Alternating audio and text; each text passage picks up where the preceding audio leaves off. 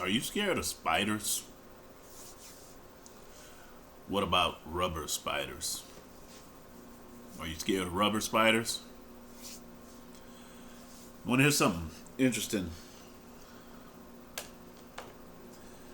I don't necessarily fear spiders, but I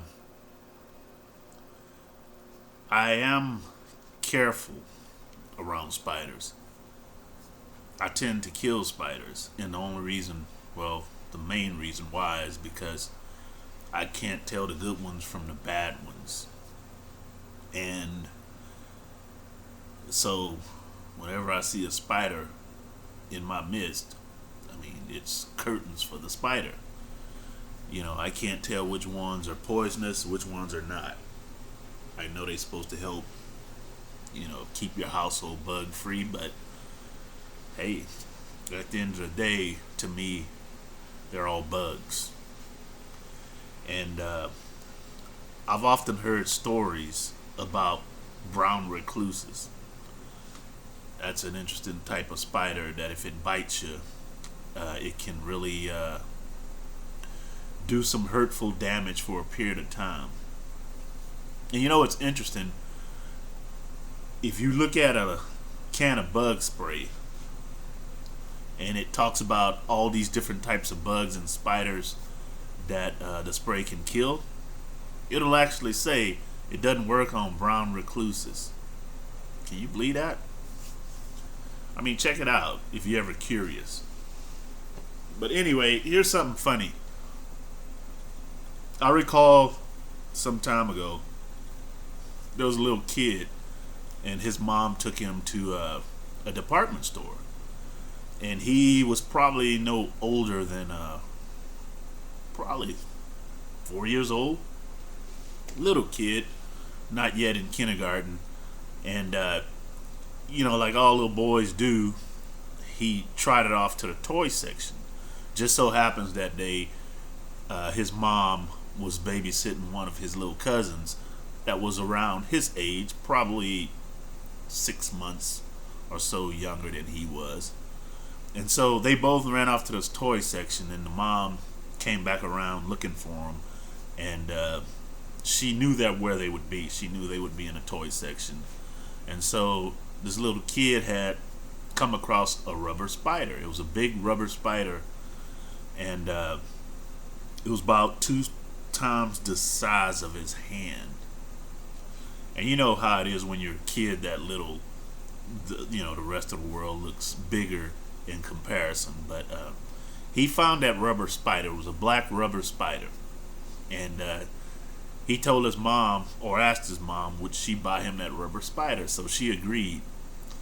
And in that little section, there was a bin, and it had a bunch of little rubber bugs, rubber flies and whatnot in that little bin.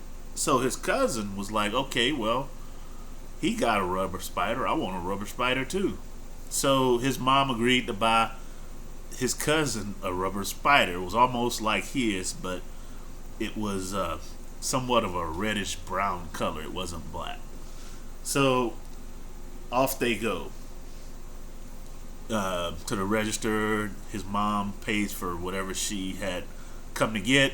She bought them the rubber spiders, and then they go back home.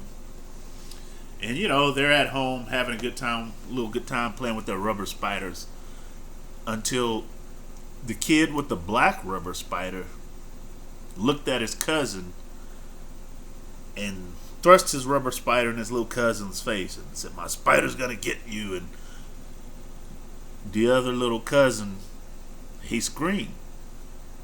He's like, "Oh no!" And he ran off. And so the little boy chased him around with the rubber black spider, and the cousins running from him, screaming, "Leave me alone," and that kind of thing.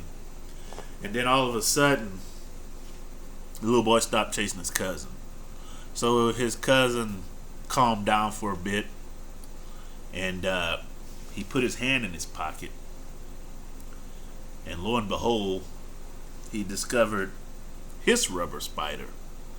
So he pulled his rubber spider out and decided, I'm gonna get back at my cousin. So he puts his little reddish brownish spider, rubber spider, and he thrusts it in his cousin's face. My spider's gonna get you. And lo and behold, his cousin screamed. Now he's chasing his cousin around the house with his rubber spider. And his cousin is now saying, leave me alone. Screaming at the top of his lungs. Finally, the mother, she was witness to all this. And she decided she had enough. She said, hey, you two, stop it. She said, these spiders are not real. And she took both the spiders, took them from the little boys and put them on the shelf.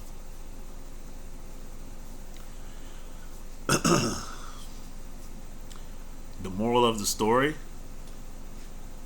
is irrational fear. Afraid of something that's not really real. Rubber spiders.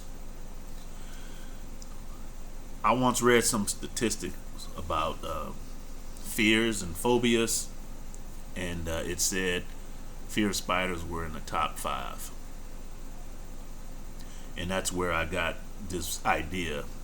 I recall that incident with the 2 little boys, and to make a confession, I was one of the little boys.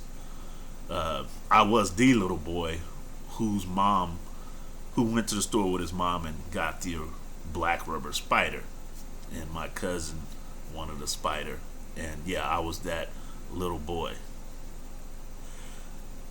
But it got me to thinking.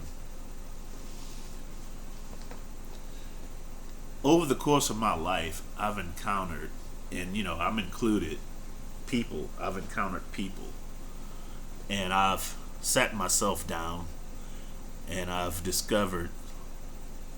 It's really no revelation. We all know it, but when I say discovered, I mean a heartfelt revelation. People are afraid of things that are not real. They are consistently, perpetually terrified of all kind of things that aren't real, just like those rubber spiders. And they are constantly thrusting those rubber spiders in their face, in their own faces. And what I mean by that is these irrational fears keep welling up to the surface of their minds and making them nervous, making them neurotic. Like you see people out and about on the streets, and they have the wide-eyed look as they're going about their business, or they have the hard look. Nobody better not mess with me. They are. Some of them have the sad. They have these rubber spiders etched in their brains, ingrained in their minds, and they have no clue that these rubber spiders are not real. And why is that? Well, it has everything to do with mental maturity, spiritual growth, which comes with greater levels of understanding. Now, my mom, she wasn't scared of those spiders because she knew they weren't real. Why didn't she know? Why did she know that they weren't real? She knew that they weren't real because she was an adult, and she had an adult level of understanding. When I terrified my cousin with my spider, he, based upon my words, my spider's gonna get you, turned it into a reality for himself that spider was gonna get him, and he did that with the sheer power of his mind. And I got a thrill out of it, and I chased him around the room, and then he turned around and flipped the script on me, chased me around the room. But neither one of us had the mental wherewithal at that time to think to myself, oh, this is just an inanimate chunk of rubber. We found it in a bin in a department store at a toy section, and there's nothing to be scared of. We were at a lower level of childlike understanding, and that's why we were able to instill fear within each other with something that wasn't real. But again, my mother, who was at a greater level of understanding at an adult level, understood the greater picture. So she removed the source of both our fears simultaneously and told us to pipe down. Just settle down. These spiders aren't real.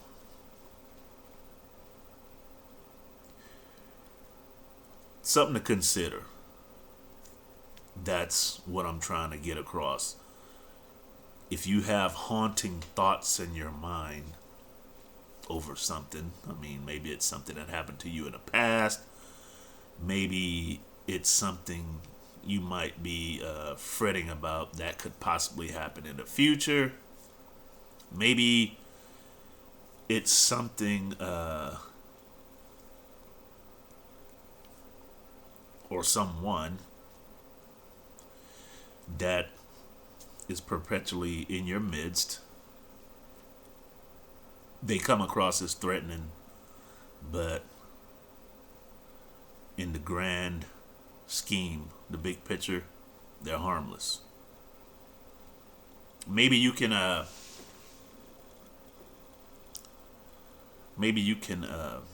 start to see how your mind is playing these little games with you, scaring you with things that aren't real. And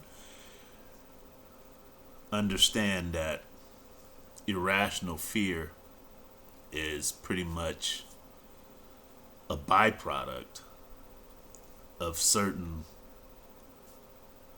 in certain areas where mental maturity has not happened for you. In certain areas, spiritual growth is lacking. And that's what give way to all these irrational fears. Rubber spiders that run rampant in the mind. They're not real. Anyway, speaking of mental maturity and spiritual growth, this book,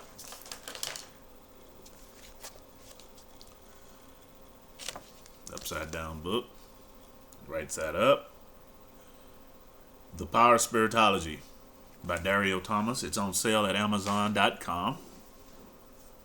On sale at Amazon, soon to be in Kindle electronic book form.